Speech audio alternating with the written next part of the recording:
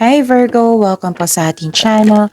At ito ang inyong daily kabay tarot reading for January 9, 2025. Please be reminded kung naka-resonate kayo, comment down. Kung hindi ka naka-resonate, ibigay niyo po sa ipakasadya na reading po ito. This is for you, Virgo, ngayong January 9, 2025.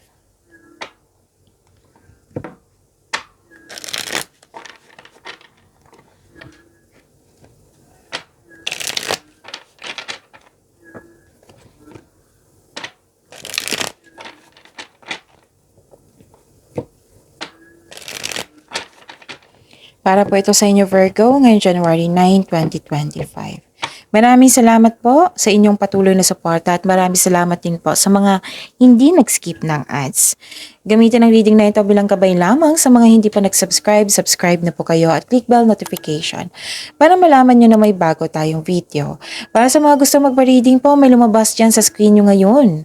Panoorin nyo po at sundin ang instruction, calling the attention sa mga suki ko dito na Virgo. Open na po ang inyong monthly kabay tarot reading for January 2025. May 6 months from now reading tayo at love life reading po. So message me, Virgo, for schedule. Maraming salamat po. Spirits Guide, mga ganang po para kay Virgo ngayong January 9, 2025. I need 3 cards po.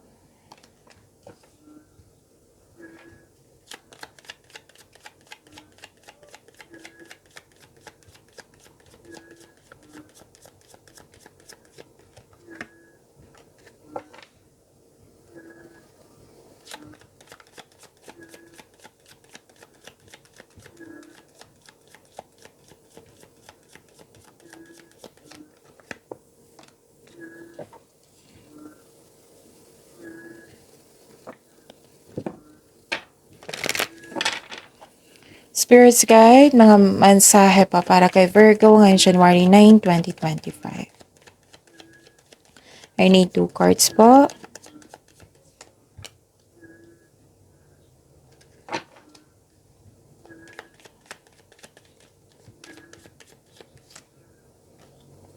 Okay, Virgo, ngayong January 9, 2025, may marireceive kayong good news. Wow, claim nyo to. Good news, change for the better, paglilipat sa malayong lugar. Pwede din makatanggap kayo ng isang buntis, pwede makatanggap kayo ng balita na isang buntis, ng anak, kasal, ikakasal. Pwede din binigyan mo ng aksyon yung matagal mo ng plano. May offer ako nakikita dito, proposal. Pwedeng signing of contract ito sa trabaho, nagkasundo kayo sa isang tao, pwede din na dalawang card nagsabi dito na nag-propose, engage, kasal, ikakasal. May nag-uusap dito regarding sa marriage contract. And may concern sa loss of connection sa isang tao. At may harvest din. Ako nakikita, harvest time. Pwede yung literal na harvest to, pwede din na sweldo nyo na, pwede din na binayaran nyo yung binigay na serbisyo mo, pwede din yung produkto mo naging fast moving ngayon, basta harvest time, abundance. So this is finding sanctuary, opening to your spiritual source, and get the big picture. So view from above, bigyan ng yung potential. Mag-focus kayo sa may potential. Spirits Guide, ano po yung energy ni Virgo ngayong January 9, 2025? I need 2 cards po.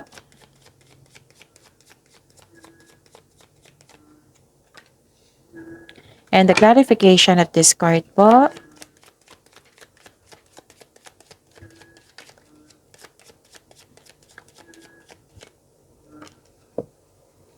Okay, sa mga may oras dyan, kung gusto nyo po, panoorin nyo po ang 2025 tarot reading nyo.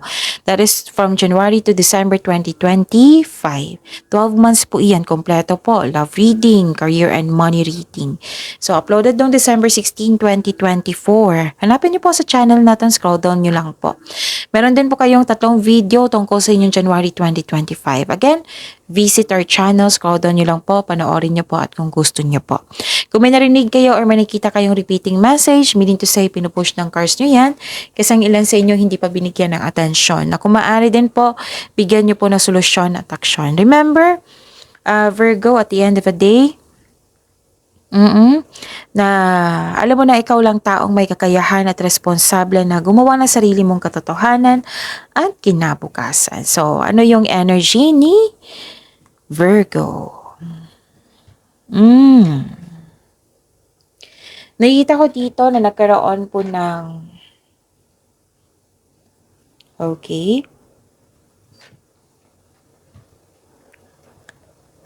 Nagkaroon ng anxiety, pag-alala, worried kayo. Oo, hindi makatulog, mabalisa, natatakot, naghihinala, or dumadalas ang pagkakaroon ng masamang panaginip. So, ang stress ay isang normal na bahagi ng buhay. Kailangan mo itong labanan sa pamamagitan ng pag-unawa, pagtanggap sa isang sitwasyon.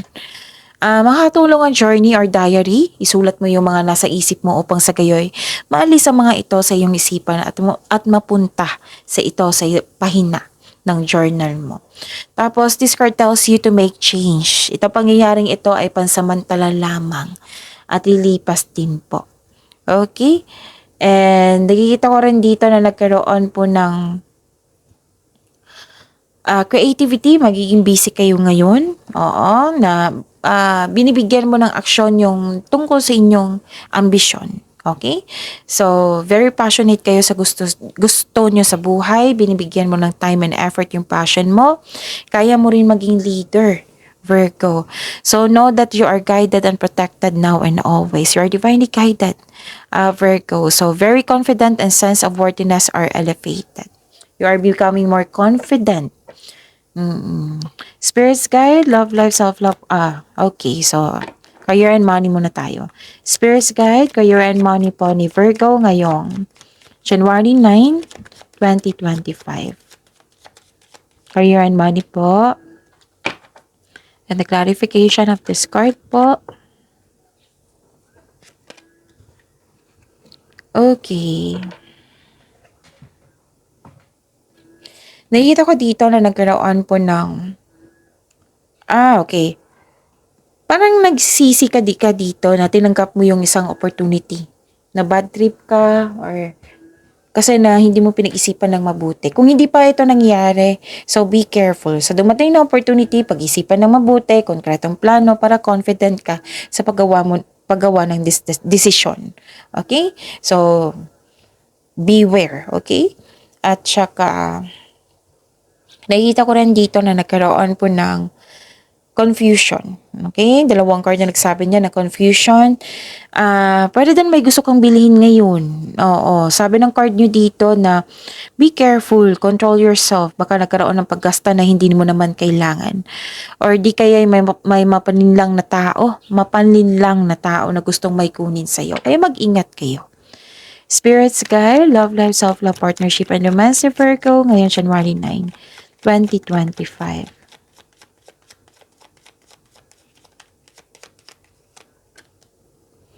And the clarification of this card po.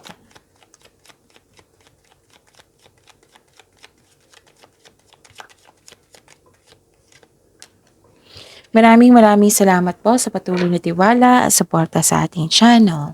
At maraming salamat din po sa mga hindi nag-skip ng ads. Okay. May chance na babalik yung nanloko sa inyo. Kanina pa to, no?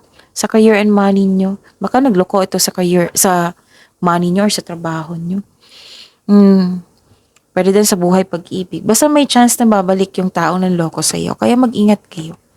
Tapos, maging wiser sa paggawa ng desisyon. Ilang beses na lumabas dito na kailangan nyo maging wiser sa paggawa ng desisyon. Okay? And nakikita ko dito na may new beginning. This is new love, relationship, unconditional love, new feelings, bagong kaibigan, pwede.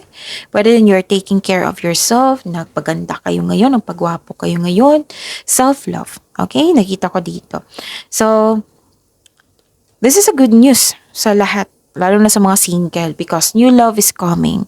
So this card tells you na the divine is offering you a new love. Yes, may parating na bagong pag-ibig which can arrive in many forms such as self-love, new relationship, or a new connection sa isang tao na magbibigay sa iyo ng love, happiness, peace of mind sa inyong buhay. So, yun. Sa mga may relasyon sa buhay mag-asawa, magkakaroon ng renewal of love. Very supportive at mahal na mahal niyo ang isa't isa. Masaya kayo ngayon at dahil masaya kayo, nagkaroon ng positive emotions flow. Pwede din may buntis ha. Oh, this is a clarification of your oracle cards and sa tarot cards nyo. Pwede din may buntis or the arrival of a new baby or renewal of love. Yung kasal. So, yun. Pagyamanin niyo po yung blessings na binigay sa inyo, Virgo. See you tomorrow. Please like, subscribe, and click po button for notification para updated po kayo sa daily tarot reading natin. Maraming salamat po.